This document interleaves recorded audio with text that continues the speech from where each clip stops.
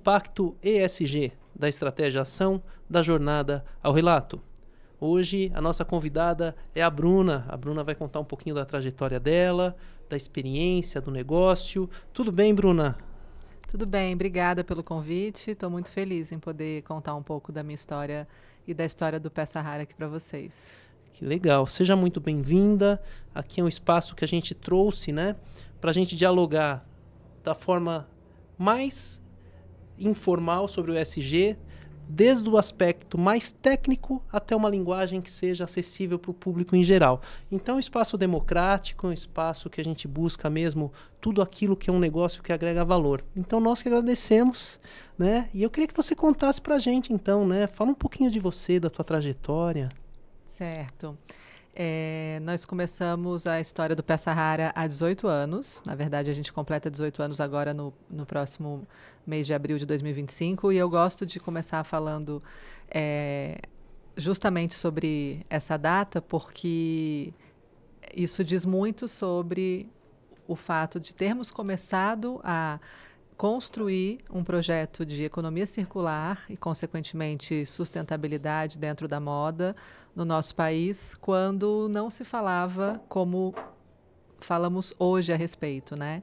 Felizmente, ao longo desse tempo, muitas outras marcas surgiram e estão fazendo trabalhos incríveis e estão, obviamente, contribuindo tanto quanto a gente para que a economia circular se torne realmente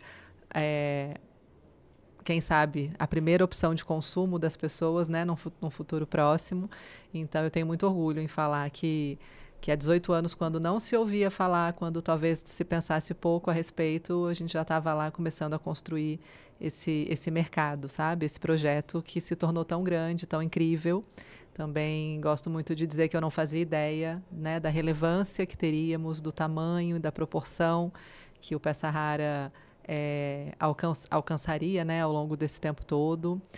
Não era uma pretensão, na verdade, não era um desejo, uma ambição, não foi algo planejado, foi algo que aconteceu ao longo dos anos por dois motivos principalmente. Muito em função dos espaços que começaram a surgir para que a gente ocupasse, onde cada loja que fomos abrindo foi se tornando pequena para o tamanho do público que demandava pelo nosso serviço e também pessoas querendo aprender com a gente. Começou a haver assim, um número muito relevante, né, de clientes, de pessoas que foram se tornando fãs assim, né, do nosso trabalho, nos pedindo consultoria, nos pedindo dicas, conselhos, por que vocês fazem assim, como é que você já tem 3, 4, 5, 6, 7 lojas, que foi o volume de lojas que a gente inaugurou ao longo de 10 anos, justamente pela necessidade que tínhamos de atendermos a mais pessoas, e o que o Pé Sahara tem de diferente, o que vocês fazem de diferente, qual é o segredo, enfim. Então, foi por esse motivo, na verdade, que a gente acabou optando, né, pelo projeto de expansão através do franchising, né? Contratamos uma consultoria, fizemos uma análise de francabilidade, passamos ali 2 anos manualizando os nossos processos, construindo um sistema próprio que não tínhamos até então.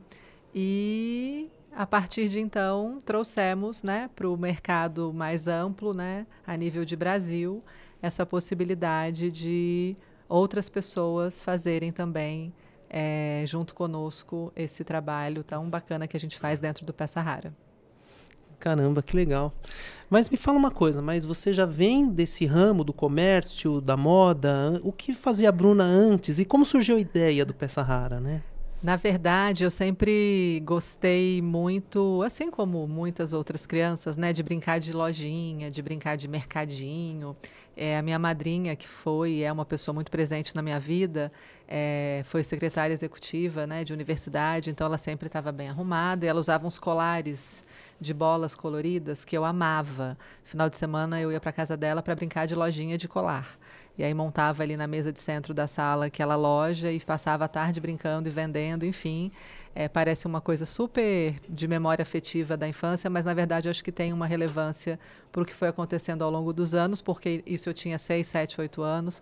Com 13 anos eu comecei a vender coisas na minha escola. Com 14 anos eu viajei pela primeira vez, eu morava em Brasília, vim a São Paulo com a mãe. Com a mãe não, com uma amiga da minha mãe. para a gente fazer compras de roupas e de biquínis para revenda. Ela, na verdade, veio e eu pedi para vir junto, porque eu queria conhecer. Chegando lá, ajudei ela a organizar, ajudei ela a convidar as pessoas, enfim. Logo na sequência, um ano depois, eu decidi que eu precisava, que eu queria trabalhar, então eu estudava de manhã, tinha uma vida confortável. Meu pai é aviador da aeronáutica, minha mãe sempre cuidou da gente, então assim, tínhamos uma vida tranquila, mas eu queria ter as minhas coisas, eu queria me desenvolver, eu queria estar com as pessoas. Decidi então que eu queria trabalhar, fui trabalhar numa banca de revistas, e aí também gosto muito de falar que quem trabalhou um ano vendendo figurinha, balinha, revistinha, adquire uma boa experiência para vender qualquer tipo de coisa, né? Logo na sequência, eu com 18 anos conheci o meu marido e com 19 anos eu me casei. Nessa ocasião, meus pais estavam indo embora do Brasil, foram para o Peru. Eu falei que não, que eu ia ficar, que eu ia casar. Já estava fazendo psicologia e aí acabei ficando, me casando e com isso precisando contribuir, né, com o orçamento ali de casa. Meu marido bancário também tinha uma vida tranquila, mas que com algumas responsabilidades já. Ele já tinha uma filha, uma família que também dependia dele. Enfim, eu precisava, de alguma forma, me movimentar. E dentro, então, da faculdade, ampliei o meu mix de produtos, né? Já tinha ali alguma experiência com essa amiga da minha mãe, com a história da banca. Comecei a buscar outras alternativas. E aí, ao longo de 6 anos de faculdade de psicologia,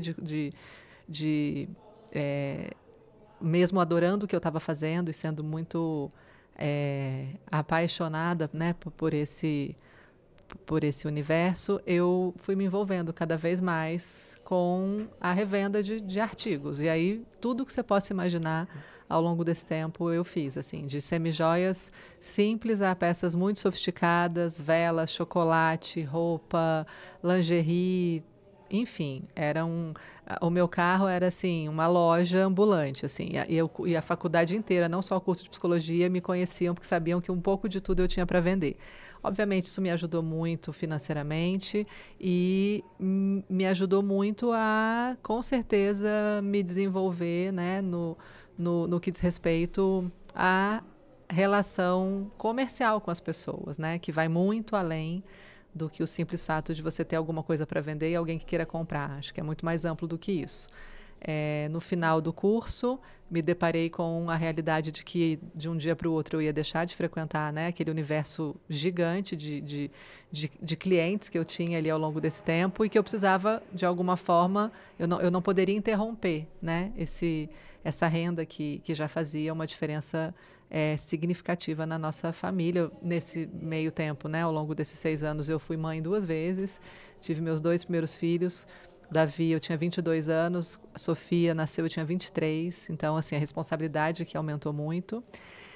Pensando no que poderia fazer, ali no segundo semestre, prestes a me formar, a deixar de frequentar aquele ambiente comercial que era também, né, a universidade para mim, comecei a pensar o que eu posso fazer, como eu posso, abrir uma loja, mas loja de quê? Fazer um compilado dessas coisas que eu vendo? Não, e o que eu mais vendo? Qual é a maior lucratividade? Enfim, me lembrei de uma matéria que eu tinha lido numa Pequenas Empresas, Grandes Negócios, onde uma mãe tinha aberto aqui em São Paulo um brechó infantil de coisas dos filhos e dos sobrinhos e das amigas mais próximas.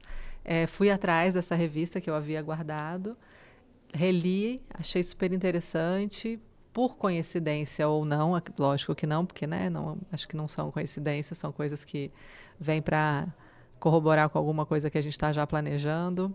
Vim a São Paulo junto com a minha professora, orientadora da minha monografia na época, e no último dia dessa viagem, foi uma viagem de 3 dias, fomos a um brechó infantil a convite de uma outra colega que estava com a gente nessa viagem e era, obviamente, o brechó da revista. Conclusão, voltei para Brasília fazendo plano de negócios ao invés de voltar fazendo monografia no avião, né? Isso era setembro, é isso que eu vou fazer, tem as coisas das crianças, tem as coisas dos amigos, dos amigos dos amigos. Em dezembro eu inaugurei uma primeira loja.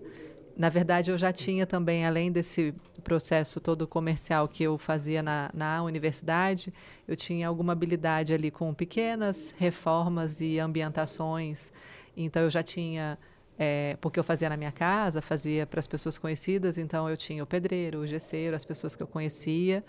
Rapidamente, então, eu contactei todo mundo, aluguei um imóvel pequeno, com pouca intervenção. Em 15 dias, abri uma empresa e abri minha primeira loja de artigos usados para crianças. Algumas pessoas acharam estranho. Mas coisa usada para criança, imagina, isso há 19 anos, né? E eu tinha tanta convicção, eu tinha tanta certeza, né? Que fui e fiz. Convidei uma amiga, na verdade conversei com os meus pais, minha mãe achou que talvez não fosse e tal, ficou indecisa, e eu tinha tanta certeza daquilo, eu tinha tanta urgência, que eu fui falar com uma outra pessoa, que foi essa minha amiga, que a gente convivia muito na época, estávamos sempre juntas, ela super topou, e a gente abriu uma primeira loja em 15 dias, foi um sucesso, principal jornal da cidade, principal revista da cidade, e também os veículos menos relevantes começaram a ir até a loja, querendo entrevistar, querendo fazer matéria, querendo perguntar.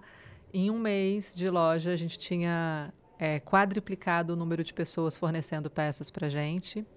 Importante dizer que não comprávamos as peças, assim como a gente não compra até hoje, por 2 motivos. Primeiro, porque eu não tinha dinheiro para comprar. Na verdade, minha avó me emprestou R$7.000 para eu arcar ali com custos que não tinha como fugir, a abertura da empresa, os cabides, a pintura da loja. Fora isso, coisas da minha casa, coisas da casa da minha sócia na época, a gente montou a primeira loja. E com um mês, quadriplicamos o número de pessoas nos fornecendo peças. Na época eu chamava de emprestadas, assim, você me empresta suas peças porque eu vou vender e eu te pago metade do valor quando forem vendidas. Esse nome acabou... o empréstimo acabou virando a consignação de fato. Não tínhamos um sistema de controle, era tudo feito à mão, com papel e carbono. A via original ficava com a pessoa, o carbono comigo, com a loja. Enfim, um sucesso absoluto. Com um mês de loja, sentamos para conversar e entendemos, eu e essa minha amiga na época, que tínhamos objetivos diferentes, que as coisas estavam evoluindo, estavam dando certo, era um sucesso nítido já o que a gente estava fazendo, mas que objetivos diferentes a gente tinha e que, obviamente, dentro de uma sociedade você precisa ceder, mas naquele momento eu entendi que o que eu precisaria ceder em relação ao que ela tinha como propósito para o negócio era diferente do que eu pensava, então decidimos romper a sociedade. Conversamos, eu quis que ela ficasse com a loja, afinal de contas ela super acreditou, me apoiou, enfim, eu me sentiria mal, né, tendo de repente pedido para ela se retirar, então ela ficou com a loja, deixei muito claro que eu iria abrir outra, né, que realmente era uma questão só da gente estar ali desalinhadas, né, em alguma questão que era importante para mim, ela super entendeu. 3 meses depois, então, eu inaugurei o Peça Rara, já ampliando o mix de produtos para segmento feminino também, porque eu entendi nessa breve experiência que as mulheres que iriam tanto levar quanto comprar os artigos infantis iriam comprar e fornecer peças delas também. Então, de uma loja de 100 metros, eu aluguei uma loja de 300 metros. Minha mãe e meu pai, obviamente, super me apoiaram nesse momento. Contratei uma assessoria de imprensa na época, que foi assim, algo muito relevante, né, para o sucesso que a gente teve logo de imediato. Foram, obviamente, abrindo muitas portas para a gente na cidade, chamando atenção para aquele novo negócio que surgia. Afinal de contas, a gente já tinha uma primeira experiência e que já estava, apesar de tão pouco tempo, consolidada ali na cidade. Brasília, apesar de ser uma grande cidade, aonde estávamos ali, aonde estamos, hoje a gente já ampliou, obviamente, mas naquele momento, dentro do plano piloto, era muito pequeno, então eu precisava que as pessoas me vissem também. E foi um sucesso. Foi um outro sucesso, a gente inaugurou a loja. Eu lembro que a gente vendeu no dia da inauguração o equivalente ao valor do salário do meu pai na época, que era o nosso fiador para o aluguel, que, obviamente, apesar de me apoiar, ele ficava morrendo de medo. Meu Deus, se isso não der certo, eu vou ter que pagar o aluguel com o meu salário. E a assessoria de imprensa era o salário do Marcelo, meu marido. Então, assim, realmente é um projeto audacioso, mas que eu tinha muita convicção do que eu estava fazendo. 2 anos depois dessa primeira inauguração, inauguramos a segunda loja. Assim como eu te disse no início, não por um desejo de expandirmos ou de muito por necessidade de atendermos a mais pessoas. A gente já não cabia dentro da loja, a gente já não dava conta mais de recebermos todos os itens e todas as pessoas que vinham querendo fazer circular, né, aquelas peças de roupa, os brinquedos, aqueles artigos todos. Então, abrimos a segunda loja 2 anos depois, ampliando o mix para produtos, artigos, peças de decoração e pequenos móveis, porque éramos demandados por isso. Eventualmente, as pessoas acabavam chegando com alguma coisa na loja que a gente não podia ficar porque não tinha espaço adequado. Então, nessa segunda unidade, a gente batizou a loja de Peça Rara Mais, justamente porque ali a gente comercializava itens femininos, infantis e agora para casa. E foi outro sucesso, uma fila enorme no dia da inauguração e as pessoas aclamando aquilo ali. Nossa, foi muito gratificante. Com mais 2 anos, abrimos na mesma quadra dessa segunda unidade uma peça rara Ele, exclusiva para homens também, em função de um pedido frequente das pessoas, onde os filhos já eram maiores e a gente já não podia receber as peças. Aquelas melhores fornecedoras que tinham muitos artigos dos maridos, né? Enfim. E então abrimos o Peça Rara Ele. Foi também super bem aceito e rapidamente foi crescendo o volume de fornecedores e de clientes. Ao longo dos próximos anos, abrimos mais 4 lojas em bairros ali, né? Asa Norte, depois Águas Claras, depois outra unidade na Asa Sul. Todas elas em função de termos mais espaço e melhores condições de atendermos ao nosso público, que era crescente. Isso ao longo de 10 anos. E depois, então, que surgiu o projeto da franquia. Nossa, que história bacana. É muito legal, né? Ouvir você contando essa trajetória. E aí a gente vê que você é empreendedora, né? Vocês viram que ela falou assim... o ambiente da universidade, aquele ambiente comercial grande, né? Então ela já via a faculdade como ambiente comercial. E isso mostra o quanto você foi empreendedora. Então teve ali um momento que você fez uma sociedade, aí saiu da sociedade, aquele processo natural, aí você foi empreender, aí nasce o Peça Rara aí. Sim. Aí depois de algumas unidades, demanda a franquia. E aí como essa transformação? Porque aí é o nome, a tua marca, mas aí você tem que pegar o teu modelo de negócios e fazer com que isso aconteça na mão de outras pessoas. Como é que é esse processo? Você tem que ter uma fórmula, vamos dizer assim, né? Para você, do dia a dia, da loja. Como foi passar essa experiência, né? Na verdade, tem sido, né? A franqueadora vai completar 4 anos. Inclusive, nossa primeira franquia, a nossa primeira franquia completou 5 anos, agora no dia 1º de dezembro. Foi um projeto piloto inicial, que foi um sucesso. A loja inaugurou em Brasília mesmo, onde pudéssemos ficar próximos, cuidando e aprimorando, né, aquilo tudo ali, justamente pela grande responsabilidade que teríamos dali em diante, né, de comercializarmos, né, o nosso know-how. Essa é uma questão, a princípio eu tive resistência e preocupação, porque eu pensava, o que é que eu vou franquear? Eu não sou uma fábrica, eu não sou uma indústria, eu não tenho produto para vender. Foi através da análise de franqueabilidade, da consultoria que a gente vivenciou ao longo de 2 anos, que eu entendi que o que a gente ia franquear era justamente o nosso know-how. Mas mesmo assim fizemos esse projeto piloto e só algum tempo depois inauguramos de fato a franqueadora. E tem sido, nesse tempo de 4 anos para cá, uma grande responsabilidade, um grande desafio, onde mês a mês nós aprimoramos, né, os nossos treinamentos e o nosso acompanhamento e tudo que a gente transfere para os nossos franqueados.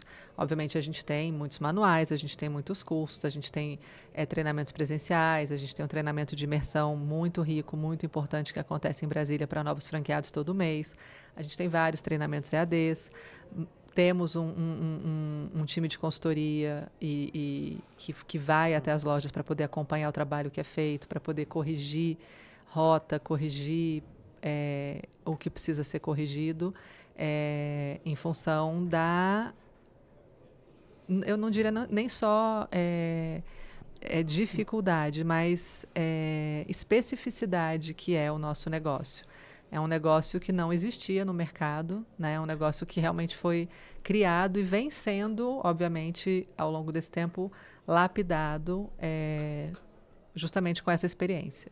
Então, mas assim, é uma delícia. Eu costumo dizer que a gente não dorme e acorda sem pensar no Peça Rara. Todos nós, não só fundadores, né? Eu com minha mãe, meu pai, meus irmãos, meu marido, mas todos os colaboradores e funcionários que estão conosco há tanto tempo, a gente vive Peça Rara o tempo inteiro. As pessoas que chegam, os novos franqueados, é impressionante assim o quanto as pessoas, além do retorno financeiro, obviamente, que buscam com o negócio, se encantam realmente pelo projeto, pelo trabalho, pelo propósito e pelo sentido que tem fazer o que a gente faz, que é, de fato, promover a economia circular, né? Obviamente que a lucratividade é super importante, a gente trabalha e batalha muito por ela, mas o caminho percorrido até chegar nesse ponto, nesse objetivo final, é muito prazeroso, é desafiador. Você imagina que a gente tem hoje vamos fechar o ano com 130 lojas inauguradas, onde nós recebemos, em média, 30 fornecedores por dia. Tem lojas que recebem 50, tem lojas menos maduras que recebem um pouco menos. Mas, em média, a gente recebe 30 pessoas por dia, 6 dias na semana, em todas essas lojas, levando peças para a gente selecionar, avaliar, precificar e colocar à venda, colocar no mercado novamente, para que sejam reutilizadas. A gente cadastra também, em média, um volume de 500, 600 peças por dia por loja. Se você multiplica isso pelos dias do mês, pelo ano, pelo número de lojas, olha a quantidade de coisas que a gente recoloca à disposição, né, das pessoas. A gente fecha o ano agora com 5 milhões de itens usados, reutilizados, através do Peça Rara. Então, assim, é um trabalho muito grande, é um trabalho de muita responsabilidade, é um trabalho de relacionamento, é um trabalho onde a gente fala, eu gosto muito de falar que a última coisa que a gente faz é vender artigos usados, a gente presta um serviço, a gente cuida minimamente de todos esses itens, de todos esses objetos, para que eles não sigam um destino inadequado que possa degradar o nosso planeta ainda mais, né? Então, é muito especial. Então, vocês têm as lojas próprias e as franquias. As franquias são 150. Ao todo, a gente tem 130 lojas inauguradas agora até o final do ano. Então, são 123 franquias e 7 lojas próprias. 7 lojas próprias. Que hoje são cuidadas por nós e são tratadas como se fossem franquias. A nossa atuação como fundadores e diretores da empresa não cabe, até porque não há necessidade mais, embora elas sejam referência para toda a rede, a nossa atuação direta. Então, por isso que eu falo que são 130 lojas ao todo. E é muito legal que agora a gente chega na economia circular. Poxa, o negócio de vocês, ele tem um impacto na vida das pessoas, um impacto social, um impacto para o meio ambiente. Mas antes da gente tratar mais dessa questão do impacto, né, da economia circular, por exemplo, a pessoa quer abrir uma franquia, né? Aí como faz? Em todo o Brasil, ela procura por vocês, tem um site, ela se cadastra, aí ela vai atrás do espaço, é isso? Tem toda uma jornada. Sim, sim. Nós temos já lojas... só não temos no Acre e Rondônia. Todos os demais estados nós já temos lojas. Acre, Rondônia e Roraima. Em todos os demais estados já temos estados com muitas lojas. O estado de São Paulo, por exemplo, é onde a gente mais tem unidades. Em São Paulo já são mais de 25 lojas inauguradas. No estado todo a gente está perto de 50 lojas. Então, temos lojas pelo Brasil todo. Temos um modelo de loja recente que foi justamente desenvolvido para atendermos as cidades menores. A gente tivemos ao longo desse tempo todo muitas cidades menores, pessoas interessadas em abrirem o Peça Rara, e justamente em função do nosso projeto piloto inicial de termos lojas grandes, com um investimento obviamente mais significativo, isso não era possível. Então a gente desenvolveu esse projeto específico para atendermos essas cidades, justamente porque a gente quer que o Brasil todo tenha acesso à economia circular já que entramos para esse projeto, já que nos dedicamos para ele, que realmente a gente possa povoar o Brasil de peças raras, para que todas as pessoas usufruam desse trabalho, né, que é tão incrível.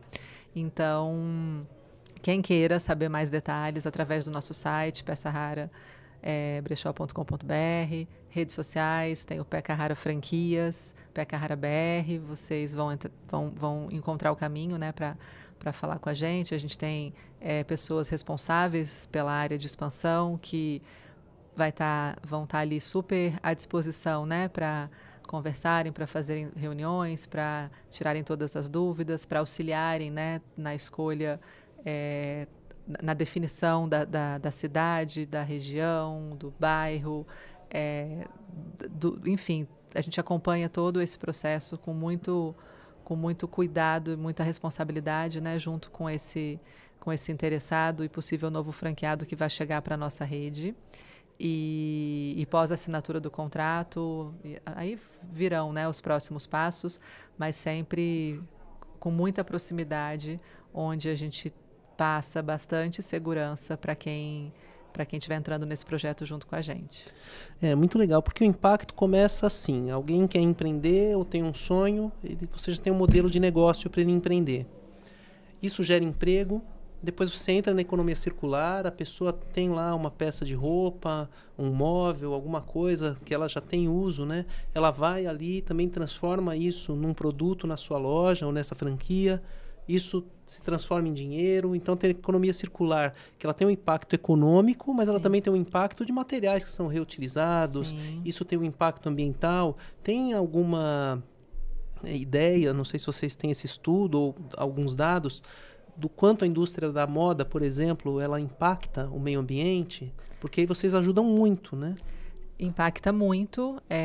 Inclusive, ano passado foi o primeiro ano onde a gente contratou um especialista para desenvolver o nosso relatório de sustentabilidade. Agora, ao final desse ano, teremos o relatório de sustentabilidade em função da contribuição, né, do trabalho que o Peça Rara fez para o meio ambiente, sai agora no final do ano também. Já te disse um número que você ficou impressionado, né? Onde 5 milhões de peças foram reutilizadas através do nosso trabalho. Consequentemente, a gente imagina que muitas peças novas deixaram de ser compradas. Obviamente, peças deixaram de ser produzidas porque a economia circular está tomando uma proporção muito grande. Ainda é algo que nós não temos informações precisas e objetivas a respeito, mas eu acredito que seja o que vai acontecer ao longo dos próximos anos, haja vista o que a gente tem de perspectiva de crescimento desse segmento, né? E isso é fundamental em função do que a indústria da moda polui, a gente sabe disso. Cerca de 10% dos gases que comprometem o planeta são emitidos pela indústria da moda. A poluição nos aterros, a gente anda por São Paulo, por exemplo, o que a gente vê, ontem mesmo eu fiquei impressionada, não me lembro onde estava passando exatamente, assim, embaixo de um viaduto onde tinha um acúmulo, assim, montanhas de roupas que, obviamente, pessoas doam e pessoas que recebem não vão usufruir, não vão aproveitar porque não é exatamente daquilo tudo que elas precisam, aquilo vai acabar poluindo, vai acabar indo de forma indevida, né, para os rios, comprometendo e atrapalhando, obviamente, o meio ambiente. A gente sabe que uma peça de roupa demora mais de 100 anos para ser decomposta, então você imagina, né, o quanto isso vai comprometer, né, o nosso planeta, o nosso ambiente. Então, realmente, fazer o que a gente faz através do nosso trabalho certamente já tem um impacto e vai ter cada vez mais ao longo dos próximos anos para que a gente consiga preservar e fazer com que o nosso planeta perdure aí por alguns milênios mais, né? Esperamos. Sim. A indústria da moda também parece que tem muito consumo de água, né, na produção de roupas, esqueci de né? me falar sobre o consumo de água. Além da emissão de gases que afeta, né, o nosso ambiente, o efeito estufa, a poluição através, né, da maneira indevida como as roupas são destinadas, o consumo de água na produção das peças é absurdo, assim. Eu vejo, agora mesmo a gente estava numa outra loja fazendo um evento e tínhamos ali 5 araras de calças jeans. E aí eu penso, gente, essa loja tem 5 araras de calças jeans usadas, a gente tem 130, multiplica isso por 130, multiplica isso por todas as calças jeans que ainda estão nas casas das pessoas que elas não trouxeram para cá, não fizeram circular. O quanto de água tem nisso? E o quanto de água tem em todas as outras que estão sendo produzidas, né? Essa água toda poderia ser destinada de uma outra forma. Então, é um trabalho ainda pequeno, mas que eu já considero muito relevante para que a gente redirecione o que a gente tem, né, de natural no nosso planeta para o que realmente importa e para o que a gente precisa. Que legal. É muito significativo, eu acho um impacto positivo incrível que vocês geram em todos os aspectos do empreendedorismo, da renda, da reutilização dos materiais, do impacto no meio ambiente. É impressionante. É muito legal mesmo. E aí eu fico pensando, né? É lógico, nós temos também um cenário, nós temos uma geração Z hoje que é muito mais crítica, nós temos um consumidor 4.0 que é muito mais consciente, e nós temos uma parcela que é mais resistente. Essa parcela resistente eu não consigo entender, porque principalmente roupa de criança, a criança cresce muito rápido, é muito comum você dar pro priminho que Sim. nasceu, pra filha da vizinha, pra comadre, né? Isso é a cultura do nosso país, né? Sim. Então você reutilizar a roupa não é uma coisa assim, um bicho de 7 cabeças, né? A gente vem de uma cultura, de um Brasil pós-guerra, em que a blusa do irmão mais velho ficava para o irmão mais novo, Sim. né? Ficava para o menor. Então eu vejo que existe uma resistência que nem condiz com a nossa cultura, com a nossa história, né? Mas eu ainda quero discutir um pouquinho sobre a questão do impacto positivo. E tendo esse impacto positivo, tendo um consumidor mais consciente, uma geração mais crítica, então a projeção que vocês têm de crescimento ainda é muito grande. Tem muito campo para crescer, tem muita gente querendo abrir loja ainda que vai ter essa possibilidade, e tem muita gente que ainda não engajou nessa cultura de pegar a peça, levar, deixar lá em consignação, né? Seria isso? Sim, temos ainda muitas oportunidades, né?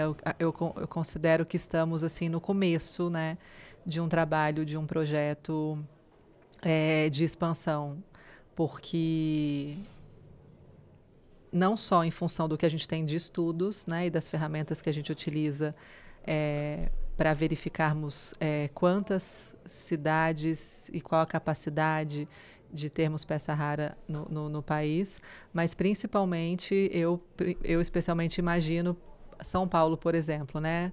E você vai começar a pensar nisso depois do que eu vou te falar agora. A gente caminhando a pé, seja de carro, de metrô, por essa cidade que é tão imensa, que é tão gigante, que já comporta 27 lojas e que temos em cada uma das lojas, sei lá, provavelmente 5.000 pessoas cadastradas que são nossos fornecedores e aquele número de pessoas que levam peças diariamente e 500 peças cadastradas por dia. São números grandiosos, mas diante do fato de que a gente está caminhando, está andando de carro, de metrô e olhando para o tamanho dessa cidade, isso não é nada. Agora mesmo nessa loja em que eu estava fazendo um evento, a hora que eu saí, olhei em volta aqueles prédios enormes, altos, sei lá com quantos apartamentos em cada um deles. Fiquei até curiosa para perguntar para minha franqueada, daqueles prédios, quantas pessoas já são clientes ou já são fornecedores? Provavelmente um percentual ainda muito pequeno. Enfim, então só fazendo aqui um percurso para poder te responder. Eu diria que é assim absurdamente gigante, né, o espaço que a gente ainda tem para crescer esse trabalho e esse projeto no nosso país. Mesmo em cidades muito pequenas, não tão pequenas assim, mas assim, com 80.000 habitantes, por exemplo, onde a gente já tem peça rara, é impressionante o volume de coisas que a gente recebe, que a gente vende e o volume de pessoas que chegam todos os meses. O volume de pessoas que se tornam fornecedores e clientes, ele é crescente, ele não para de crescer nunca praticamente. Mesmo em lojas maduras, né? Lojas, por exemplo, nossas próprias, que têm 18, 16, 14 anos. Todos os dias, novas pessoas chegam para só comprar ou para comprar e fornecer. Então, assim, é um mercado muito, muito grande, que precisa ser ainda muito, muito explorado no bom sentido, né? E quando a gente fala em franquia, a gente fala que a gente vai replicar esse modelo de negócios, né? Então você tem uma ideia, você vai, chega no sucesso, você resolve ampliar isso no modelo de franquia, e aí tem a questão da governança, né? E como é que você replica essa questão da governança dentro de uma franquia no teu modelo de negócios? É simples? É complicado? Tem resistência? Hoje nós estamos num Brasil de mais de 90% de empresas familiares, né? A Boticário começa já com uma coisa muito inovadora, que é a questão de fazer um plano de sucessões pro franqueado, né? Para preparar, incrível. Porque o franqueado, na verdade, ele está ali como um braço da Boticário. E, poxa, se eles tiverem problema na sucessão, é uma franquia, é um braço do meu negócio, né? E como é que vocês lidam com isso? Tem que ter uma formação, tem que ter um acompanhamento? Como são essas métricas, né? É muito interessante a tomada de decisão de cada franqueado quando nos procura.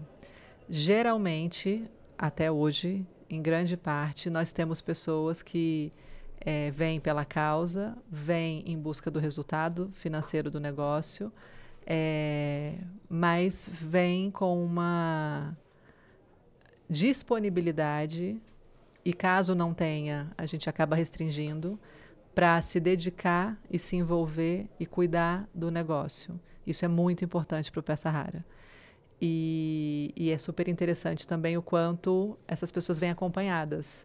É a mulher que traz o marido junto, ou ela traz o filho, ou a princípio ela está sozinha, mas o marido resolve que vai sair do trabalho porque vai acompanhar, porque vão abrir uma segunda unidade.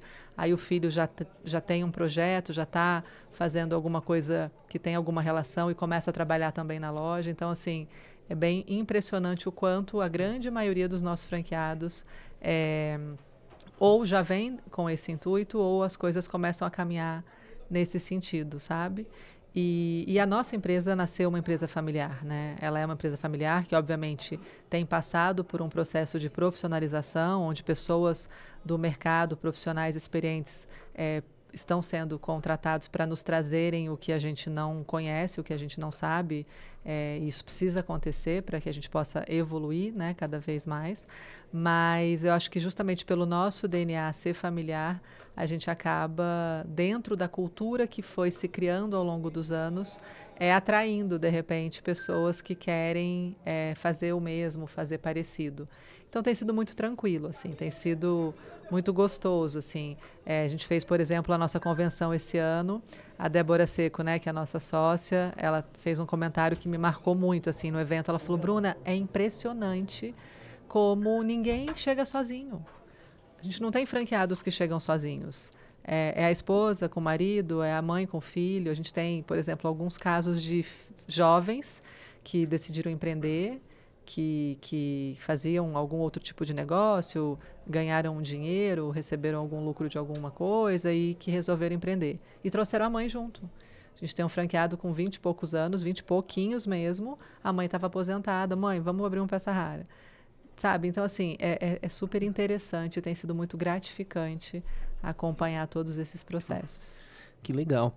Eu fiquei com uma curiosidade. Você falou do relatório de sustentabilidade. Vocês estão utilizando algum framework, GRI? Você sabe me dizer? Olha, não sei te especificar, mas a gente contrata um especialista na área para fazer. Que legal. Então, a gente pode te passar informações mais precisas e até o próprio relatório, se você tiver curiosidade, eu peço para a nossa assessoria compartilhar com você.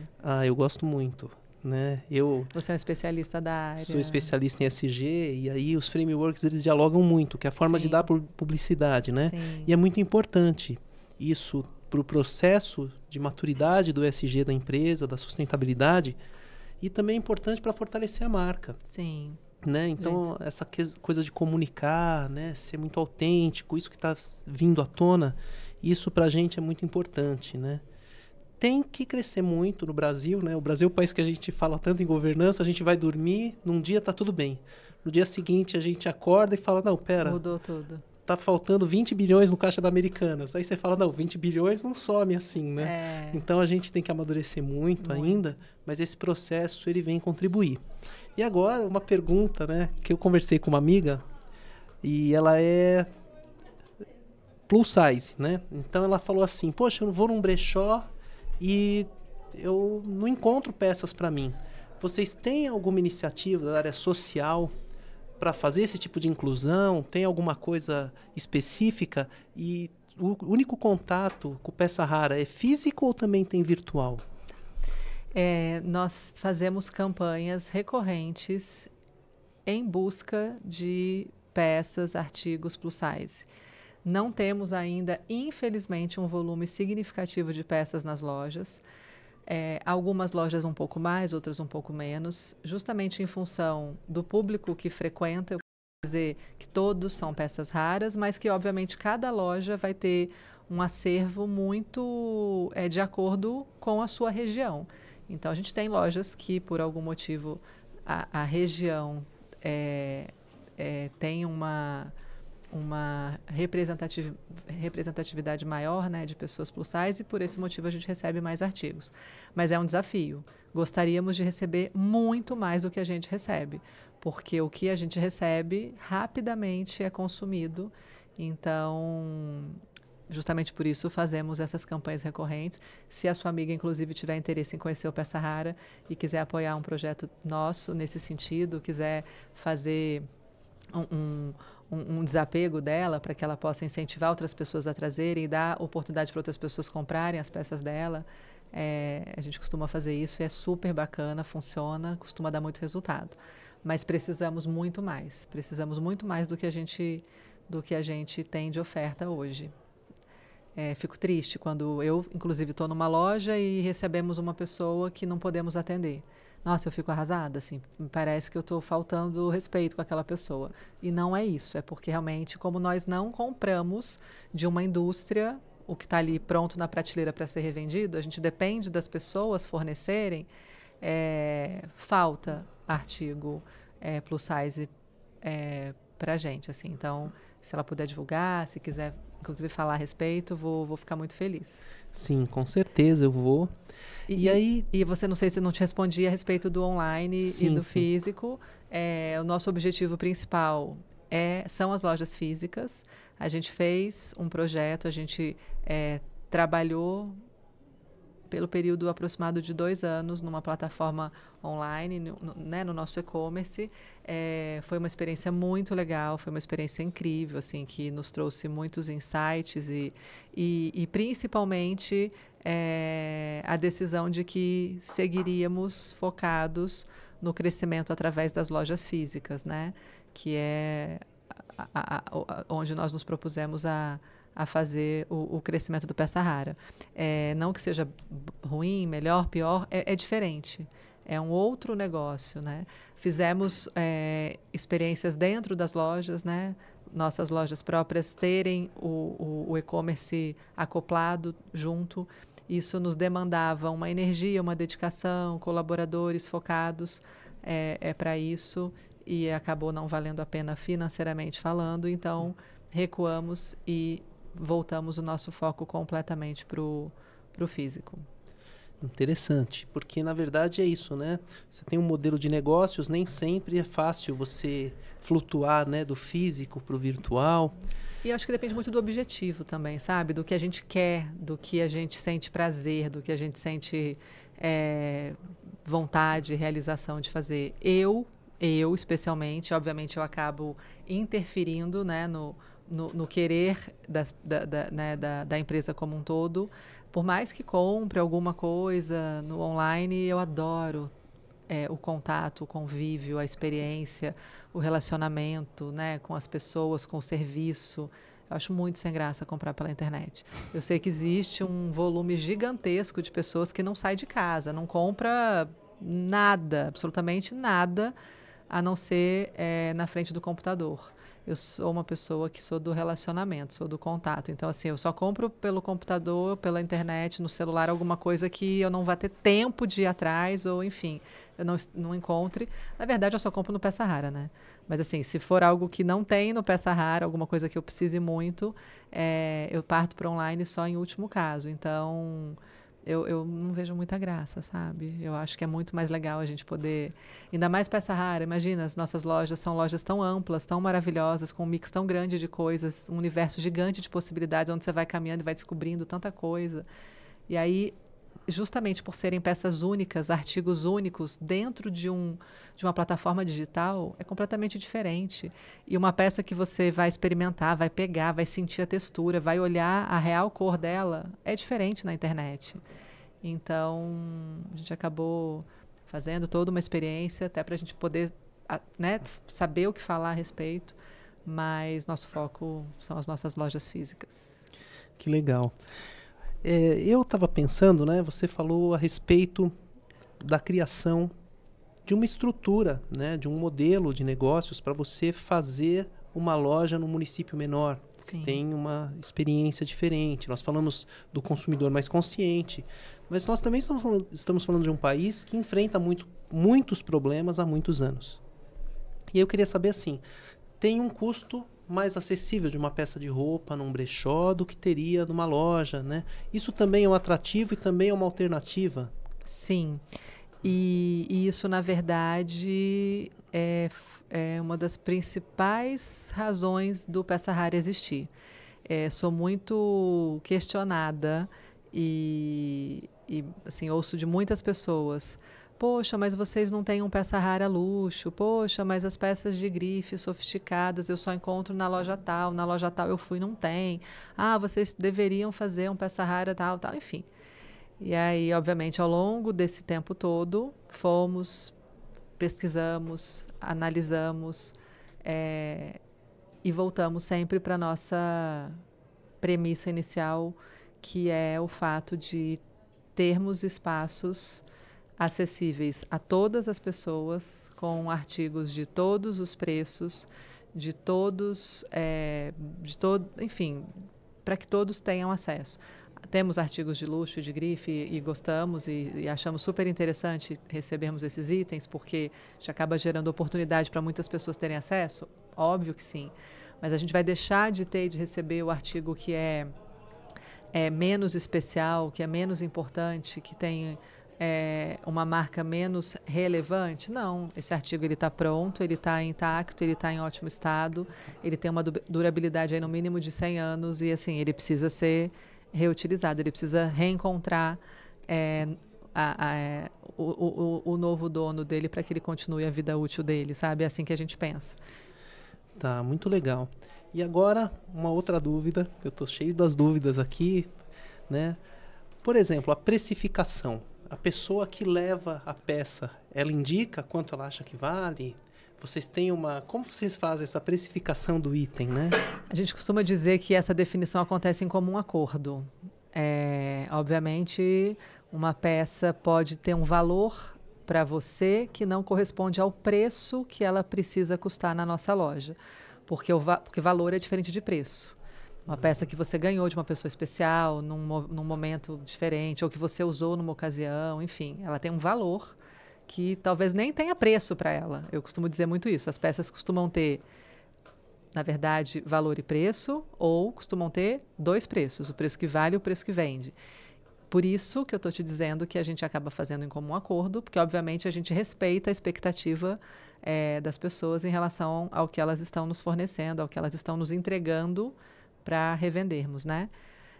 Em alguns casos, a gente precisa ser um pouco mais assertivo, um pouco mais incisivo, né, na definição desse preço, porque, obviamente, tem gente que vem com esse valor imaginário e a gente não consegue corresponder.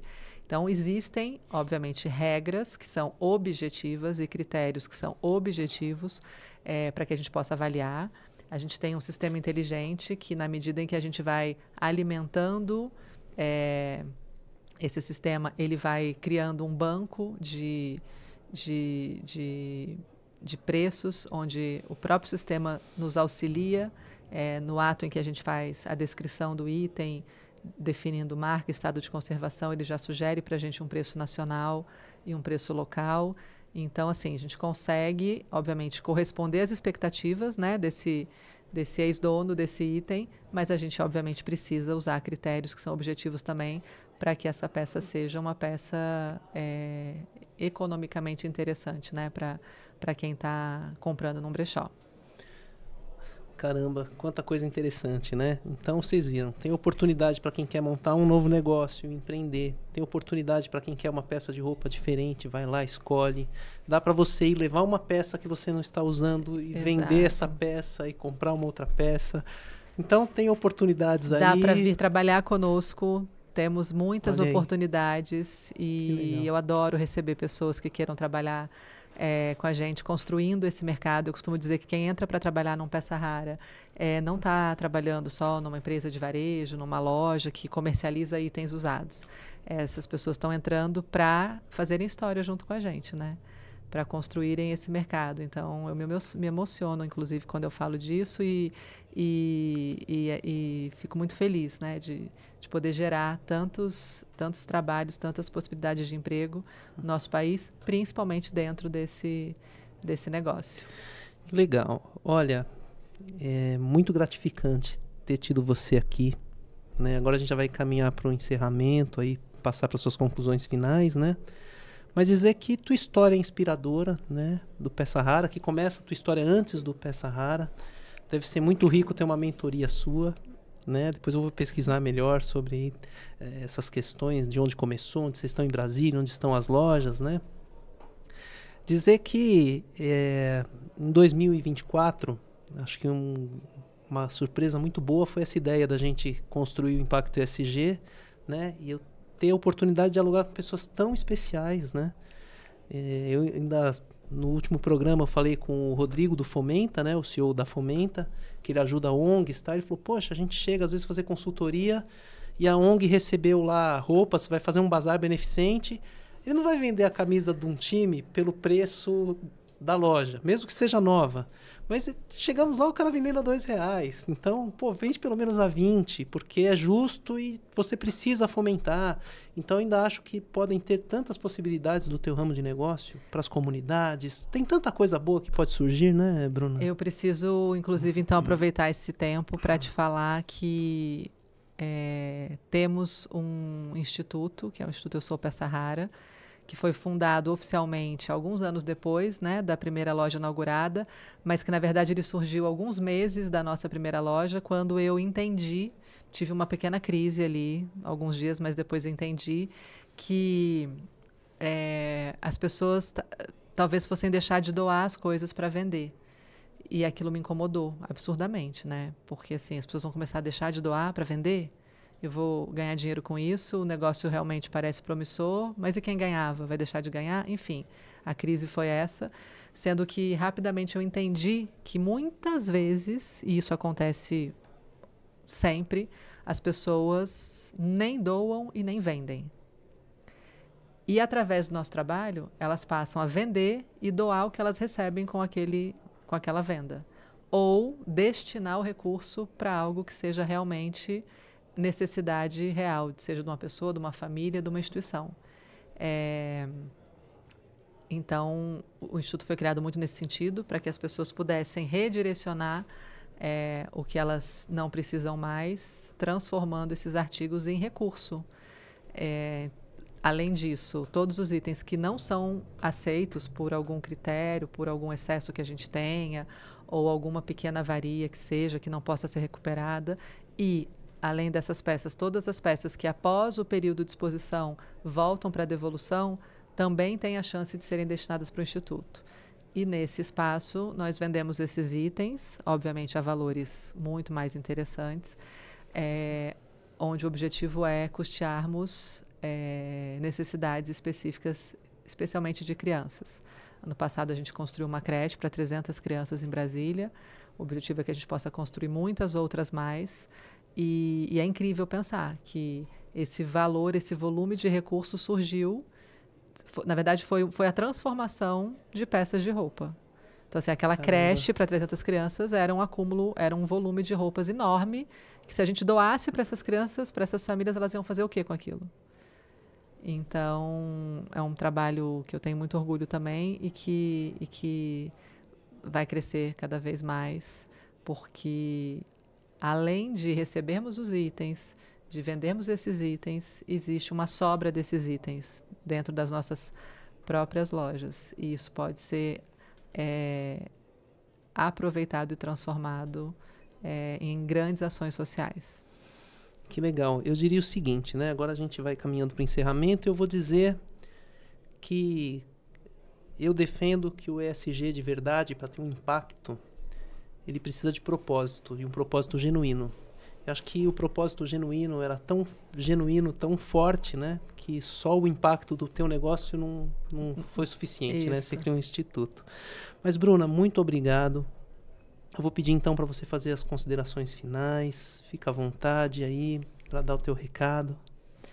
Obrigada por esse espaço. Foi muito bom. Eu sempre fico um pouco apreensiva. Eu sou uma pessoa tão envolvida com o Peça Rara que, por mais que eu tenha segurança, né, e consiga falar a respeito desse projeto tão maravilhoso, é sempre um desafio, porque eu começo a falar, eu não costumo parar de falar, eu penso, será que eu vou conseguir responder e